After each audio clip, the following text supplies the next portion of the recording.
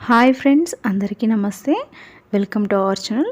Friends, అందరికీ ముందుగా మహాశివరాత్రి శుభాకాంక్షలు. ఆ పరమేశ్వరుడి కరుణా కటాక్షం ఆశీస్సులు అందరి మీద ఉండాలని కోరుకుంటూ అందరూ కూడా బాగుండాలి. అలాగే మహాశివరాత్రి పండుగని జాగరణ అలాగే పూజ ఉపవాసం చేస్తూ మంచిగా జరుపుకోవాలని కోరుకుంటున్నాను. ఫ్రెండ్స్, ఈ వీడియో వచ్చేసి ఏంటంటే, నేను శివరాత్రి రోజు పూజ ఎలా చేసుకోవాలి, అలాగే జాగరణ ఉపవాసం ఎలా చేసుకోవాలి అనేది ఈ వీడియోలో మీకు షేర్ చేస్తున్నాను. అయితే ముందుగా నేను ఈ శివరాత్రి పూజ ఆల్రెడీ నేను కార్తీక మాసంలో మా పిల్లలతో కలిసి ఏ విధంగా చేసుకున్నానో ఆ పూజనైతే మనం ఎప్పుడైనా చేసుకోవచ్చు. నిత్య పూజ కింద కానీ, కార్తీక మాసంలో కానీ, లేకపోతే మనకి శివరాత్రి రోజు నేనైతే ప్రతి సోమవారం చేసుకుంటాను.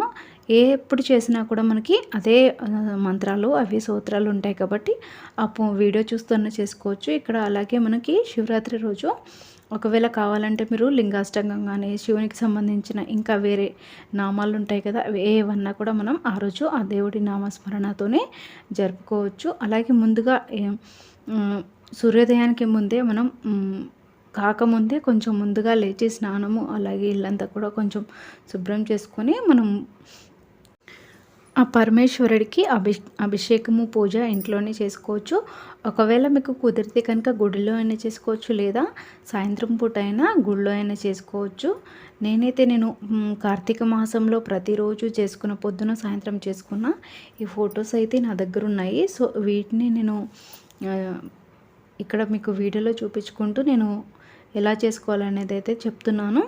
ఇక్కడ నేను కార్తీక మాసంలో పిల్లలతో కలిసిన వీడియోలు అయితే నేను అవి మనం పూజ చేసేటప్పుడు ఎలా చేసుకోవాలి, ఏ మంత్రాలు ఏం చెప్పాలి, అలాగే అభిషేకం చేసేటప్పుడు పంచోపచార పూజ అవన్నీ ఉంటాయి కదా, అది చూసన్నా చేసుకోవచ్చు. లేదా మీకు అవి మంత్రాలు ఏవి రావనుకోండి, నార్మల్గా ఓం నమః శివాయ అనుకుంటూ భగవంతుని నామస్మరణ చేస్తూ అయినా మీరు సంతోషంగా పూజ చేసుకోవచ్చు. కానీ ఆ రోజంతా కూడా మనం దేవుని నామస్మరణతో పూజ చేసుకుంటే మనకి శివుడి కరుణా కటాక్షం అనేది మన మీద ఎప్పుడూ ఉంటుంది.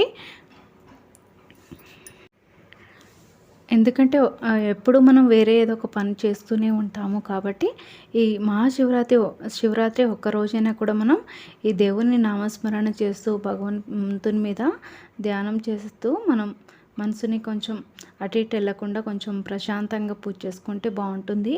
అలాగే పూజ అయ్యాక మనం నార్మల్గా అయితే మనం అభిషేకానికి పాలని ఎక్కువగా యూజ్ చేస్తాము. పరమేశ్వరుడికి అభిషేకం అంటేనే చాలా ఇష్టం, పాలతోని. అలాగే మనకి పంచామృతాలతో చేస్తాం కదా, ఆ పంచామృతాలతోని పూజ చేశాక ఆ పాలని పారేయడం కానీ చేయకూడదు. ఎందుకంటే ఆ ప్రసాదాన్ని మనం నైవేద్యంగా ప్రసాదం తీర్థంగా స్వీకరించాలి. అలాగే మనం దేవుడికి నైవేద్యంగా పరమాన్నం కానీ, లేకపోతే ఇంకా పంచామృతాలు ఉంటాయి కానీ పంచామృతాలు కానీ, లేకపోతే పచ్చిపాలతోని కదా మనం అభిషేకం చేస్తాము. ఆ పచ్చిపాలని కూడా డైరెక్ట్గా మనం స్వామివారికి నైవేద్యంగా నివేదన చేయవచ్చు. మనకి అందుబాటులో ఫ్రూట్స్ కానీ, పండ్లు కానీ ఏవున్నా కూడా మనకి ఇంట్లో ఉండే వాటితోనే సంతోషంగా ఆ దేవుడికి పూజ చేసుకోవచ్చు. ఫ్రెండ్స్, మీకు ఉన్న దాంట్లోనే చేసుకోవాలి. హడావిడిగా అవన్నీ తీసుకొచ్చి చేయాలని ఏమీ లేదు. మీకు ఉన్న దాంట్లోనే తృప్తిగా చేసుకోండి, భగవంతుని నామస్మరణ చేసుకోండి.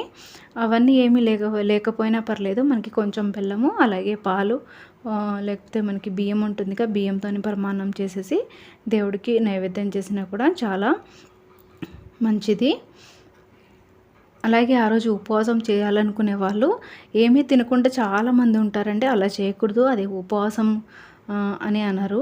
ఉపవాసం అంటే ఆ దేవుని నామస్మరణ చేసుకుంటూ ఆ ఒక్కరోజు పాలు అలాగే మనం దేవుడికి సమర్పించిన నైవేద్యం పరమాన్నం కానీ, పండ్లు కానీ అవి ఏమన్నా ఉంటాయి కదా, వాటిని తీసుకుంటూ అయినా ఉండొచ్చు. అలాగే మనకి ఫ్రూట్స్ తినడం, లేకపోతే కొబ్బరి నీళ్ళు, పాలు ఇవి ఏవైనా కూడా మనం తాగుతూ ఉపవాసం అనేది చేసుకోవాలి. మొత్తానికి ఏమి తినకుండా చేస్తే అది మంచి పద్ధతి కాదు. అలాగే మనకి హెల్త్కి కూడా ఖరాబ్ అవుతుంది. కాబట్టి మీరు ఆ విషయాన్ని గుర్తుంచుకొని అది ఉపవాసం ఉండేవాళ్ళు కొంచెం జాగ్రత్తగా చేయగలిగే వాళ్ళు ఉంటే చేసుకోండి. లేకపోయినా మీరు ఉపవాసం చేయలేకపోయినా కూడా నార్మల్గా మనం సంతోషంగా దేవుడికి పూజ చేసుకొని భగవంతుని నామస్మరణ ఓం నమః శివాయ అనుకుంటూ ఆ రోజంతా కూడా భగవంతుని తలుచుకుంటూ పూజ చేసుకున్నా కూడా సరిపోతుంది. కానీ దయచేసి ఒక్క విషయం గమనించండి.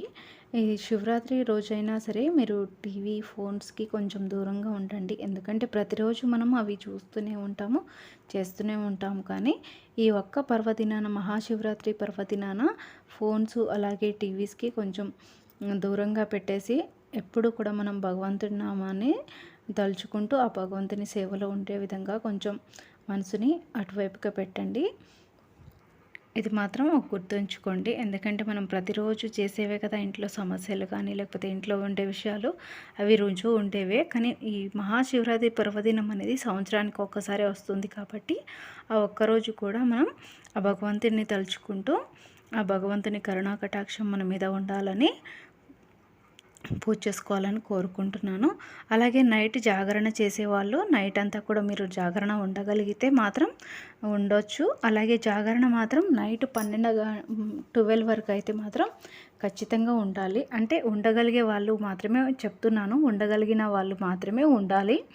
ఎందుకంటే 12 గంటలకి మనకి శివుడి యొక్క లింగోద్భవం అనేది జరుగుతుంది. ఆవిర్భావం లింగ ఆవిర్భావం అంటారు కదా, అదనమాట. దేవుడి యొక్క ఆవిర్భావం అనేది రాత్రి 12 గంటలకి జరుగుతుంది.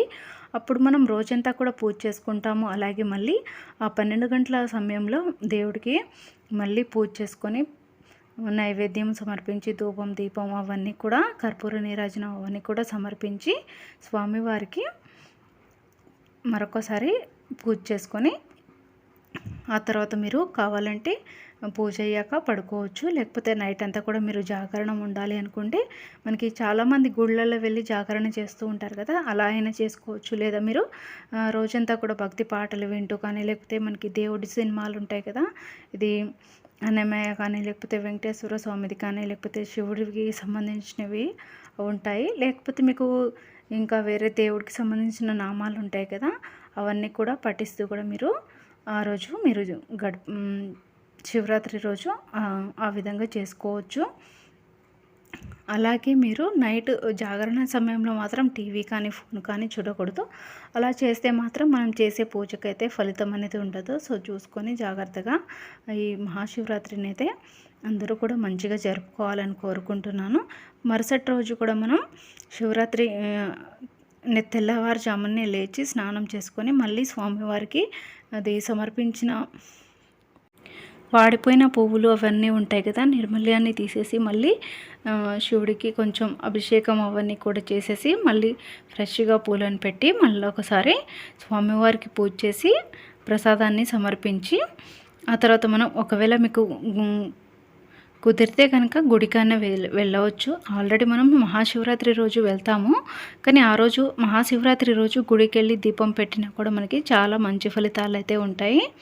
మీరైతే తప్పకుండా గుడికి వెళ్ళడానికి ట్రై చేయండి. ఒకవేళ కుదిరని వాళ్ళైతే నార్మల్గా ఇంట్లో ఈ విధంగా మనకి దేవుని పటం ఉంటే శివుడి పటం ఉంటే పటము, లేకపోతే మనకి చిన్న ఇప్పుడు చాలామంది పెట్టుకుంటున్నారు. మరి ఒకవేళ మీకు ఇంట్లోనే కనుక శివలింగం ఉంటే శివలింగానికి కూడా ఈ విధంగా అభిషేకం పూజ చేసుకొని సంతోషంగా చేసుకోవచ్చు స్వామివారికి. ఇక్కడ అభిషేకం చేసేటప్పుడు చాలామంది ఒక తప్పు అయితే చేస్తుంటారండి. అది నేను ఇక్కడ చెప్పాలనుకుంటున్నాను. చాలామంది మనం గుడిలోకి వెళ్ళి మనం స్వామివారికి పొద్దున్నే పాలాభిషేకం కోసం వెళ్ళి పాల ప్యాకెట్లు అవి తీసుకొని వెళ్తుంటాం కదా. చాలామంది ఏం చేస్తుంటారంటే పాల ప్యాకెట్ అక్కడ మనకి కత్తెర లాంటివి ఏమీ లేక నోటితోనే ఆ ప్యాకెట్ని కట్ చేసేసి అలానే డైరెక్ట్గా ప్యాకెట్తోనే మనం గుళ్ళో ఉన్న స్వామివారి మీద అలా అభిషేకం చేస్తూ ఉంటాము. అది మహాపాపం. అలా అసలు చేయకండి. ఎందుకంటే మీరు ముందు రోజే ప్యాకెట్ని తీసుకొస్తారు కాబట్టి ఇంట్లో పూజకి వెళ్ళే ముందు ఒక చిన్న బాక్స్లో కానీ, లేకపోతే ఏదైనా టిఫిన్లో కానీ ఆ పాలు కానీ, పెరుగు కానీ ఏది ఉన్నా సరే మనం డబ్బాలలో పోసుకొని అక్కడికి వెళ్ళి స్వామివారికి అభిషేకం పూజ అవన్నీ కూడా చేసుకోవచ్చు. అలాగే మీరు అక్కడ గుళ్ళోనే డైరెక్ట్గా అలా చేసినప్పుడు ఏమవుతుందంటే అదంతా కూడా మనకి ఆ చెత్తని ఎక్కడ పడితే అక్కడ పడేస్తూ ఉంటారు. ఆయిల్ ప్యాకెట్స్ కానీ, లేకపోతే మనకి నెయ్యి ప్యాకెట్స్ అవన్నీ కూడా అక్కడ మొత్తం జిడ్డుగా అయిపోతుంది. దీపం పెట్టడానికి తీసుకునే ఆయిల్స్ కానీ ఏవైనా సరే మీరు కొంచెం జాగ్రత్తగా చూసుకొని చేసుకోండి. ఎందుకంటే మనం ఇంట్లో నుంచే డబ్బాలలో తీసుకెళ్తే మనకి ఎలాంటి ప్రాబ్లం ఉండదు. స్వామివారికి కూడా మనకి మంచిగా చేసుకున్నట్టు తృప్తి అనేది ఉంటుంది. ఆ ప్యాకెట్ని అలా డైరెక్ట్గా నోట్తోనైతే ఖచ్చితంగా మీరు కట్ చేయొద్దండి, మరీ చెప్తున్నాను. అలాగే ఒకవేళ మీకు కుదిరితే కనుక చెరుకు రసం కానీ, లేకపోతే కొబ్బరి నీళ్ళు ఉంటాయి కదా, లేకపోతే పండ్ల రసాలు ఏవైనా కూడా మనం స్వామివారికి అభిషేకానికి ఉపయోగించవచ్చు. ఇంతేనండి, అందరూ కూడా బాగా జరుపుకోవాలని కోరుకుంటున్నాను. ఓం నమః శివాయ.